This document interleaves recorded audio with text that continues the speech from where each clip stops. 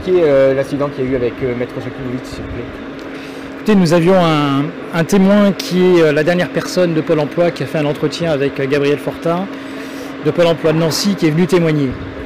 Vous savez que dans ce dossier, nous nous interrogeons pour savoir pourquoi Patricia Pasquion, pourquoi Pôle emploi Valence, alors qu'il est suivi par Pôle emploi Nancy.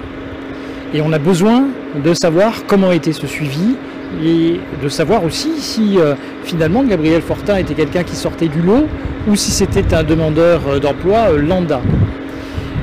Il fallait que le témoin puisse parler en toute liberté et nous avons senti qu'effectivement c'était très difficile pour qu'il puisse parler.